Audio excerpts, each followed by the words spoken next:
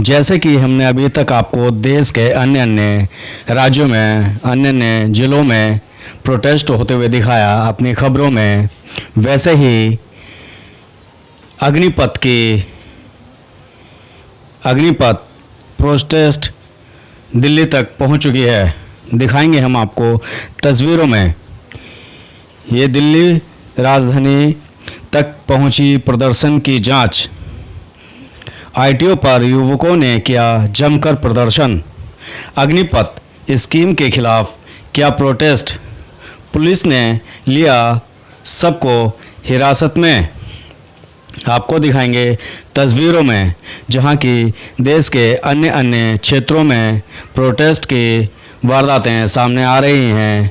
जैसे कि बिहार में 2 बोगियों में आग लगा दी गई, वैसे ही प्रोटेस्ट करने वाले अग्निपथ जो स्कीम निकाली गई है उसके विरोध प्रोटेस्ट करने वाले दिल्ली तक आ पहुँचे हैं।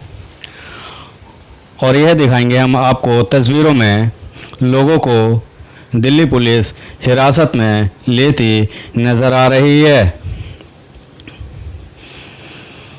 आप देख सकते हैं तस्वीरों में प्रोटेस्ट करने वालों पर कड़ी कार्रवाई की जा रही है। जैसे कि आप तस्वीरों में देख पा रहे होंगे, महिला के इंटरव्यू चलते हुए दिल्ली पुलिस उसको हिरासत में ले रही है। और भी दिखाएंगे हम आपको तस्वीरों में। ये दिल्ली का आईटीओ पर मेट्रो स्टेशन के पास प्रदर्शन जारी है। आप देख सकते हैं तस्वीरों में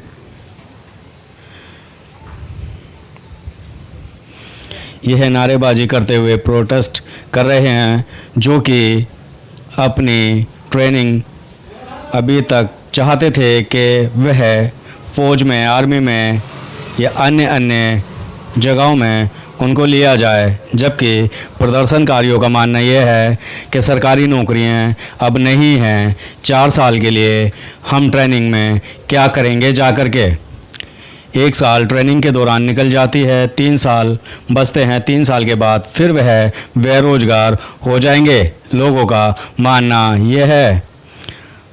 दिखाएंगे हम आपको तस्वीरों में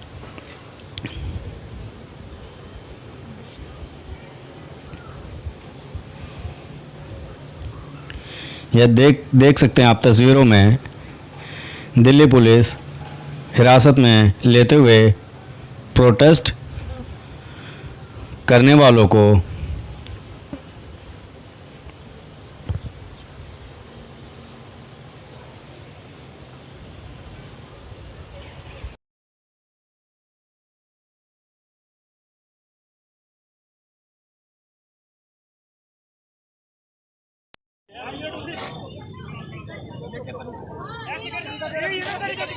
तुम यही चाहते ना रोड पर प्रदर्शन करें, हमारे अक्षर बैठ के रहते ना वहाँ पर, तुम तो ऑर्डर हो जाते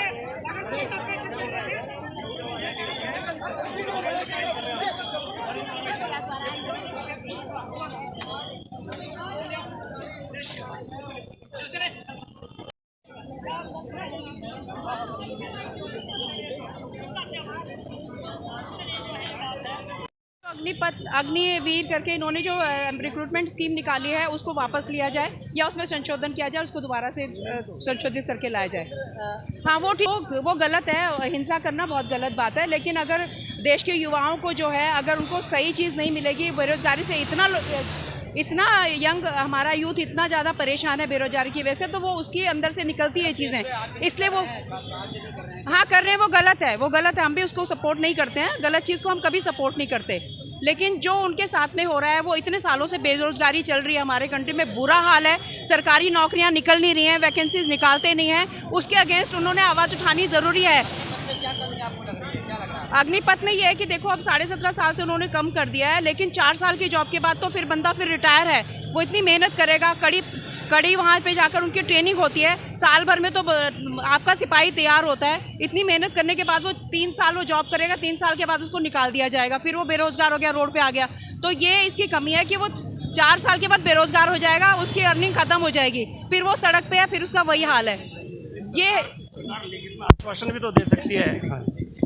मेरा 7 नौजवान जो है सेना में जाने के लिए तैयारी करता है, लेकिन जो एक कॉन्ट्रेक्चुअल सिस्टम सेना में लेकर के आए हैं उससे कहीं ना कहीं ये छात्रों को, युवाओं को सेटबैक है उनके लिए, और उसके लिए लोग विरोध कर रहे हैं। और सरकार इतनी असहनशील हो गई है इस देश की कि विरोध भी युवाओं का नहीं सुन पा रही है। ये बहुत दुखद है। तो प्रदर्शन अहिंसात्मक तरीके से होने चाहिए, लेकिन प्रदर्शन करने का सबको हक है, लेकिन हिंसा उसमें ठीक नहीं है।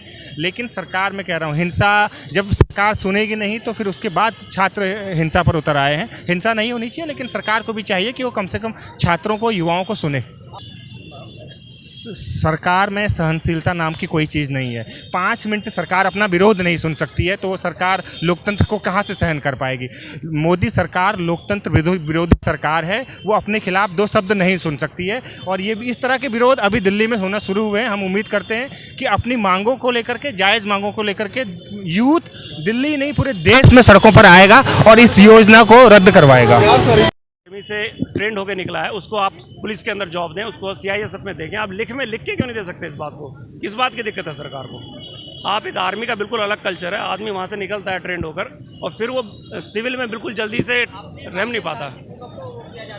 नहीं, हम उसके लिए कह रहे हैं कि मांगे शांतिपूर्वक ही होनी चाहिए। हम उसके वायलेंस के पूरी तरह खिलाफ हैं। हमें वो पसंद नहीं है कि वायलेंस करें, क्योंकि ये बसें भी हमारी हैं, ये सड़क भी हमारी है, ये लोग भी हमारे हैं, कोई बाहर के थोड़ी हैं। लेकिन सरकार जवाबदेही तो रखे, लोगों के बीच में जो पूरी चीज़ें अखबार के अंदर लिख के तो दे कि हाँ अग्निपथ में हमने ये चीज़ रखी है। लोगों को कुछ समझ में नहीं आता, आप उठा के कुछ भी दे दें। इस देश में तानाशाही इतनी हो गई है कि संविधान खत्म किया जा रहा है। अपनी आवाज़ उठाना, अपनी बात कहना, अपने अधिकारियों की लड़ाई लड़ना भी गुनाह हो गया है। जिस तरीके से तानाशाही रवैया इस केंद्र सरकार का है, यहाँ के युवाओं को लेके, यहाँ के किसानों को लेके, यहाँ गरीबों को लेके, यहाँ के मुजरिमों को लेके, वह तमाम चीज़ें दुनिया देख रही है, पूरा भारत देख रहा है कि किस तरीके से ये देश बेचा जा रहा है। और ये लगातार, और ये तानाशाह रवैया इनका, आज इतने युवाओं को पकड़ के इनको मारा पीटा गया है। पहले किसानों को 1 साल तक तड़पाया, मारा, 750 लोग मरे, और तब ये लोग इस देश को बेचना चाहते। शर्म आनी चाहिए केंद्र सरकार को, मोदी सरकार को, कि वो इस तरह का काम अपने ही देशवासी, हम कोई पाकिस्तान के लोग नहीं है, हम कोई बांग्लादेश के लोग नहीं है, हम कोई दूसरे देश के लोग नहीं है। हम ये अहिंसक तरीका, हम उसके खिलाफ हैं। मतलब हमें बिल्कुल भी हिंसा नहीं करनी है, अहिंसा से काम करना है, लेकिन अपनी आवाज़, संविधान का राइट है, हमें अपनी आवाज़ उठाने का, यहाँ के युवाओं को अपना हक है अपनी बात कहने का। लेकिन ये तरीका नहीं है जिस तरीके से मार पीट उनको रहा है। अगर आपको कोई बात कहनी है, हम अपनी बात उठा रहे हैं, किसी को मारपीट नहीं रहे। यहाँ दिल्ली के लोग बड़े तरीके से काम कर रहे हैं, अपनी बात कहना चाहते हैं, कोई सुनने वाला नहीं है, उनको ज़बरदस्ती उनको पकड़ा जा रहा है। मैं तो कह रहा हूँ आज से नहीं, जितने भी अब बेरोजगारी के नाम पे तमाम चीज़ें, जितने भी प्रदर्शन हुए हैं, अब तो युवा को छोड़ा कहाँ गया है? सिर्फ डंडे के बल पे, आप डंडे के बल पे रोकना चाहते हैं? ये तरीका, ये संविधान है, ये आपका तरीका था, इसलिए आपको प्रधानमंत्री देश वाले लोगों ने बनाया था कि आप इस तरह से बर्बरता करेंगे।